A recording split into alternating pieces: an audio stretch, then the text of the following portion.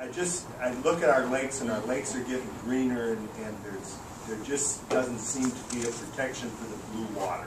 You know, and that's interesting too, because I was born in Rice Lake, been there all my life, and I used to swim in Rice Lake at the beach 3 times a day. I loved to swim, and I swam in the beach 3 times a day. 50 years ago or better, Rice Lake was a sewer.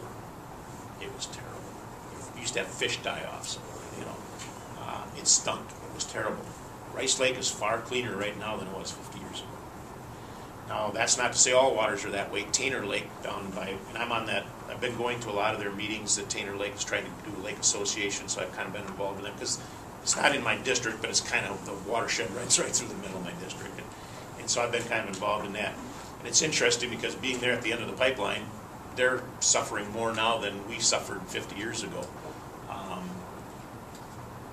I've seen a lot of changes in my 58 years in pollution, whether it be, I can even remember when trash, garbage littering was 50 years ago. You just threw your stuff out the window. You drive down the highway and there's litter on both sides of the road. Rice Lake was a sewer. There was rivers out east that were dead waters. And Lake Erie, there's no fish in Lake Erie. It was a dead sea, and now it's a tremendous walleye fishery. So do we have work to do yet? Yeah, we do. Have we done a lot in the last 50 years to clean it up? Yes, we have. The problem is balance. Took a course here before, right after I got elected. It was economics for legislators. Probably one of the best things I ever did. And it was really interesting to talk about the cost analysis, cost-benefit analysis, and different things like that. Let's say you have an issue with a lake like Tainter Lake. You can spend X number of dollars and clean up 80% of that lake and do a really, really good job for X number of dollars. The last 20% of the cleanup is going to cost you 10 times more money. So that's at some point in time you have to stop and say, when is the cost-benefit analysis? Where do you stop? A pure environmentalist will say, keep going at any cost. It doesn't, you know, the focus is, it's got to be pristine, and it's got to be pristine now. Taxpayers are over here paying the bill. At what point do you stop? You know, do you bankrupt your country trying to have pristine water, or you just take it one step at a time and do the best you can to get as far as you can go, like where we are. We're not at the end of the process here, but if we want to accelerate the process and go to pristine water immediately, the money isn't there. The state or the county is bankrupt. I guess I understand that, and I realize that. The flip side of that is even more scary. You know, let's not worry about our water and our environment as long as we can let businesses do what they want to do to make a buck. Absolutely. You know, here's the problem. There's got to be a middle ground. Exactly. There you go. You said the key word.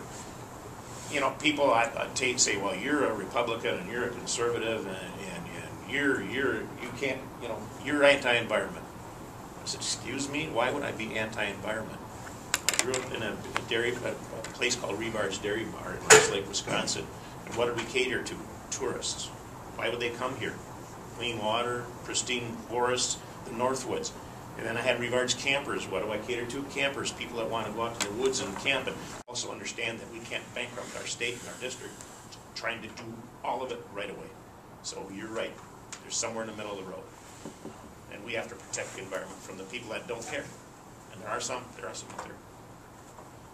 I heard yesterday just a snippet on the news, but it was about that phosphorus issue, and the moratorium, and the rationale was that this has been just worked on, it's been in the process for 30 years, so why would stopping for 2 years matter?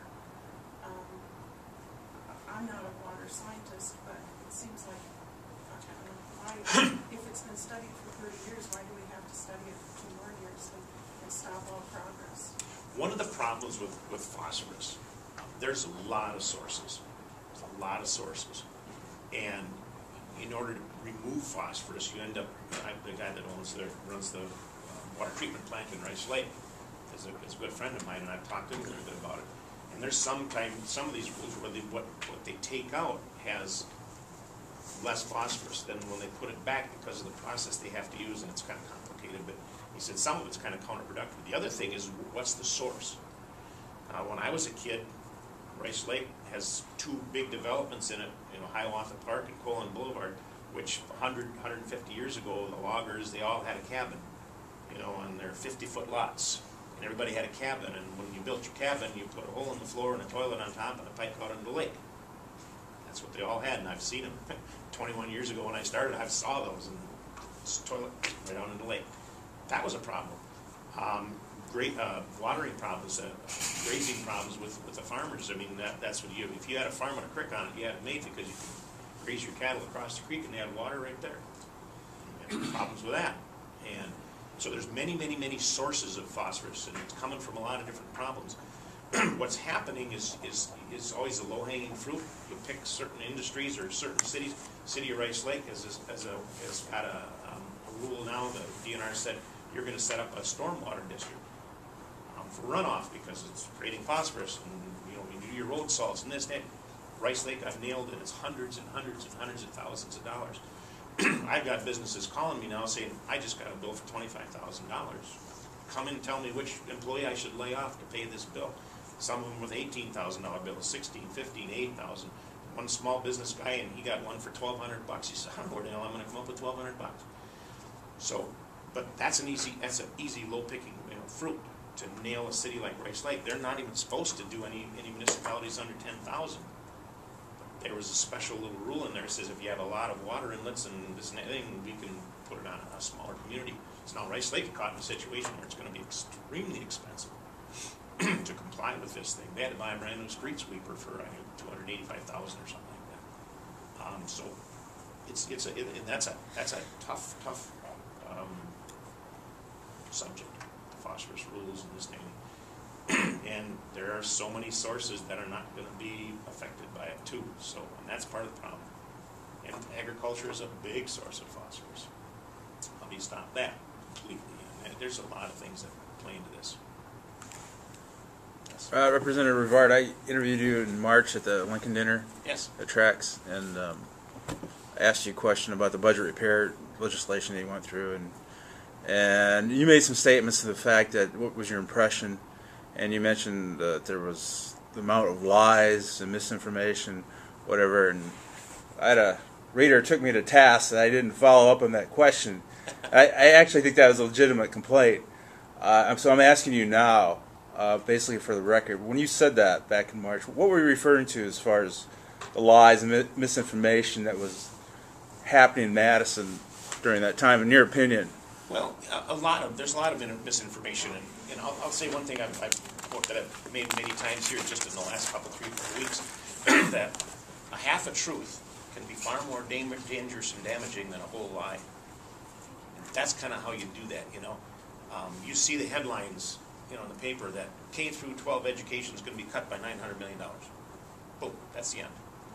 Now, it doesn't say that within the budget repair bill are the tools for the school districts to increase their revenue outside of the state shared revenue process, that they could bring back about $1.2 billion.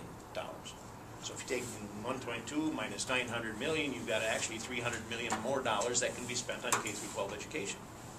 But if you just say 900 million is cut, boom, everybody's furious. So if you leave out part of the truth, you end up with a problem. So that's the kind of things that happen. And it's very political, and they call it spin, you can call it anything you want, but it's pervasive.